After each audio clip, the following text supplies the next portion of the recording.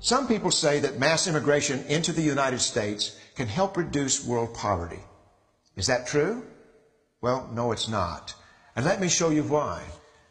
This gumball represents the 1 million legal immigrants that the United States has taken every year on average since 1990. Now, who in the world deserves our humanitarian compassion? The World Bank has one measure of the desperately poor of the world. They make less than $2 a day. And how many people make less than $2 a day in the world? Well, let's start with Africa. In Africa alone, there are 650 million people who make less than $2 a day. 650 million. And in India, another 890 million people, desperately poor. China adds another 480 million people, making less than $2 a day. And unfortunately, the rest of Asia has a heartbreaking 810 million people who the World Bank says make less than $2 a day. And finally, there's 105 million of Latin America's population that are desperately poor. All told, the World Bank says there are 3 billion people in the world. 3 billion people who are desperately poor, making less than $2 a day. That's 3,000 gumballs. And every year, we take 1 million and suggest that we've somehow made a humanitarian difference. Of course, we don't pull our immigrants from these desperately poor populations, do we? These people are too poor, too sick, too disconnected to make it here as immigrants. We tend to pull our immigrants out of the better off poor of the world. And Mexico tends to define the type of immigrant that we bring here because the plurality of people come from Mexico. And Mexico is poor. How many people in the world live in countries that have average incomes lower than that of Mexico? And the World Bank tells us that that number is these 3 billion plus another 2.6 billion people.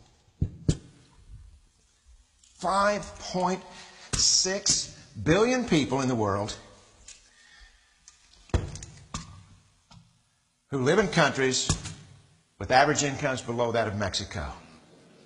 That's 5,600 gumballs. And so what is it that the elites are telling us? They're telling us that when we take this 1 million immigrants,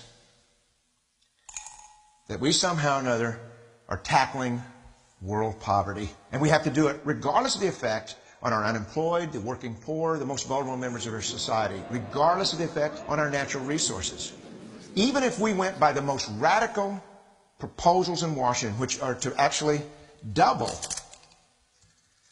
our immigration to 2 million a year,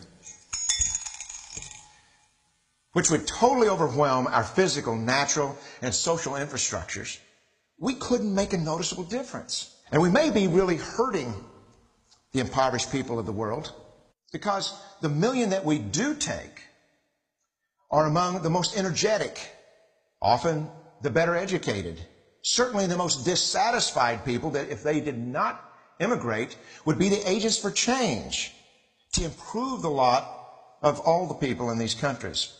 The true heroes in the global humanitarian field are the people in these countries who have the wherewithal to immigrate to another country, but instead stay in their countries, to apply their skills to help their fellow countrymen. Unfortunately, our immigration system tends to entice these very type of people to abandon their countrymen. The impossibility of making even a dent is actually worse than it looks here. Because last year, when we took 1 million immigrants, these countries added, births over deaths, 80 million more people into the impoverished populations. And this year, Congress is bringing in 1 million legal immigrants. And this year, according to the United Nations, these countries are expected to add another 80 million people. And next year, you can be quite sure that Congress, unless stopped by the American voters, will bring in another 1 million immigrants. And these countries, unfortunately, will be adding another 80 million people. into these impoverished nations. We could take 5 million a year, but we'd never get ahead of what's happening in these countries. Not in this century. Don't you see? Immigration can never be an effective or significant way to deal with the suffering people of the world. They have to be helped where they live. 99.9% of them will never be able to immigrate to a rich country. There's no hope for that. They have to bloom where they're planted. The only place that 99.9% of these people can be helped is where they live. Let's help them there.